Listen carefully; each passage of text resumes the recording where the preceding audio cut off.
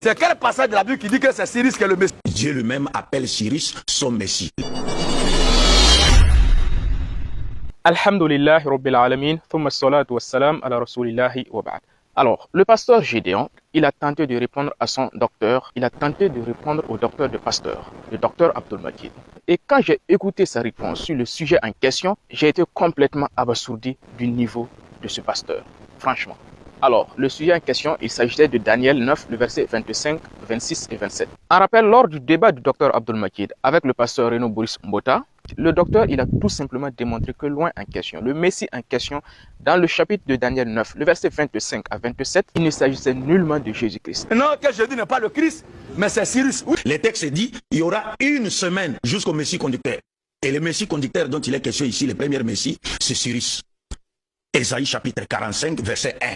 Dieu lui-même appelle Cyrus son Messie, le Messie Hawa, son Messie. Cyrus là, il est quoi? C'est quel passage de la Bible qui dit que c'est Cyrus qui est le Messie? C'est quel passage de la Bible qui dit que c'est Cyrus qui est le Messie? Il a donné le passage qui dit que c'est Cyrus qui est le Messie. Il a donné le passage qui dit que c'est Cyrus qui est le Messie. Tout ce que vous devez faire, quand vous les croisez là, ils vont finir de bavarder jusqu'à faut dire. C'est quel passage de la Bible qui dit que c'est Cyrus qui est le Messie? Donne-moi le passage, je vais le lire. Donne-moi le passage, je vais le lire. Comme vous venez de l'entendre, selon lui, il n'est écrit nulle part dans sa Bible que Cyrus est le Messie.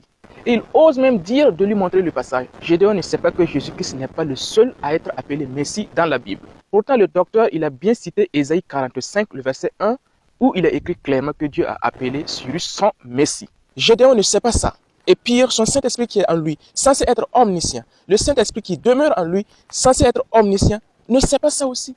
Le véritable problème avec ces pasteurs, munis de leur Saint-Esprit, c'est quoi? Ce sont des gens qui sont incapables d'aller consulter les textes originaux pour voir les mots réels qui ont été employés. C'est ça leur problème. Ce sont tout simplement des gens qui sont munis d'esprit incompétents. Ils se basent tout simplement sur des traductions qui biaisent souvent le véritable sens des versets. Lorsque vous ouvrez par exemple la Bible, Louis II, Ésaïe 45, le verset 1, il est écrit « Ainsi parle l'Éternel à son oint, à Cyrus ». Comme dans la plupart des versions, il est écrit « à son oint », ces pasteurs munis de leur Saint-Esprit ne savent pas que c'est le même terme « Messie » qui a été traduit par « oint » dans ces versets. Ils ne savent pas ça. Raison pour laquelle, lorsque vous prenez tout simplement la traduction littérale d'André Chouraki, il te traduit fidèlement le mot réel qui a été employé. Je cite, « Ainsi parle Yahvé à son Messie à Koresh ». C'est le terme Messie qui a été employé dans ces versets. C'est pourquoi nous allons élever un peu le niveau du débat. Nous allons ouvrir les textes originaux pour enseigner Gédéon ainsi que son Saint-Esprit qui l'anime. Lorsque nous ouvrons le texte original hébraïque, il est marqué clairement Amar Yahvé im Shehaou. Ainsi parle l'Éternel à son Mashiach.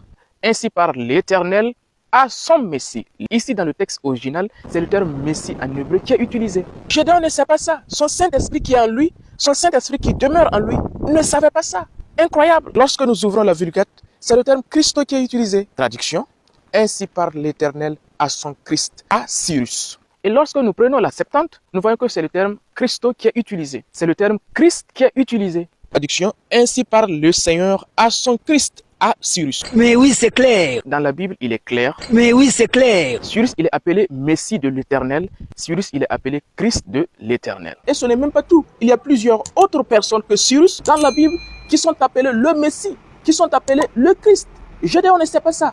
Lorsque nous prenons 2 Samuel, le chapitre 1, le verset 14, confère la Bible, traduction littérale d'André Chouraki, le roi Saül est appelé le Messie de l'Éternel. Le Saint-Esprit de Gédéon ne sait pas ça. Lorsque nous prenons 2 Samuel, le chapitre 19, le verset 21, le roi David lui-même est appelé le Messie de l'Éternel. Le roi David lui-même est appelé le Christ de l'Éternel.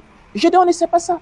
Son Saint-Esprit qui demeure en lui ne sait pas ça. Mais comme un grand pasteur comme ça, qui a le Saint-Esprit en lui, qui a le Saint-Esprit qui demeure en lui, peut être tellement ignorant à ce point.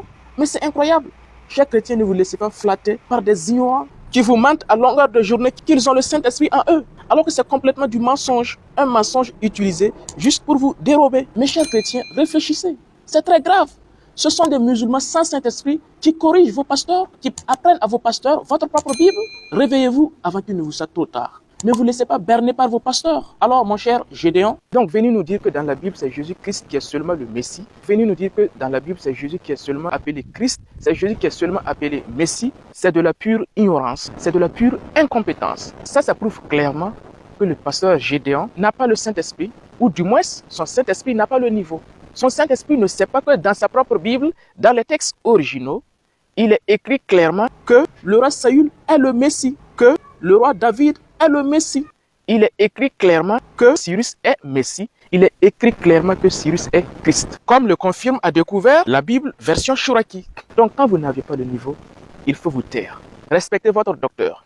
Le docteur des pasteurs, le docteur Abdul Majid, il n'est pas votre camarade. Vous voyez que malgré que vous êtes animé par votre Saint-Esprit, vous n'avez même pas son niveau. C'est un don de Dieu, respectez-le et vous ne serez pas honni à découvert et vous ne serez pas honni en public comme ça. C'est quel passage de la Bible qui dit que c'est Cyrus qui est le Messie? Il a donné le passage qui dit que c'est Cyrus qui est le Messie. Et le Messie conducteur dont il est question ici, le premier Messie, c'est Cyrus. Ésaïe chapitre 45, verset 1. Dieu lui-même appelle Cyrus son Messie, le Messie Hawa. Tout ce que vous devez faire, quand vous les croisez là, ils vont finir de bavarder jusqu'à faut dire. C'est quel passage de la Bible qui dit que c'est Cyrus qui est le Messie? Donne-moi le passage, je vais le lire. Donne-moi le passage, je vais le lire. Comme tu as fait ces payants seulement là, c'est pourquoi. Moi, je peux t'instruire ici. C'est quel passage de la Bible qui dit que c'est Cyrus qui est le Messie? Donne-moi le passage, je vais le lire. Ésaïe chapitre 45, verset 1. C'est quel passage de la Bible qui dit que c'est Cyrus qui est le Messie? Donne-moi le passage, je vais le lire. Donne-moi le passage, je vais le lire. Tu es trop nul. Tactiquement, techniquement, tu dois être saturé dans la tête. Tu dois avoir des problèmes. Tu es trop nul. C'est un manque aussi d'intelligence. Mais oui, c'est clair. Partage au moins dans 10 groupes. Voilà, au moins dans 10 groupes. Si tu veux qu'on dévoile la vérité, partage dans 10 groupes, au moins.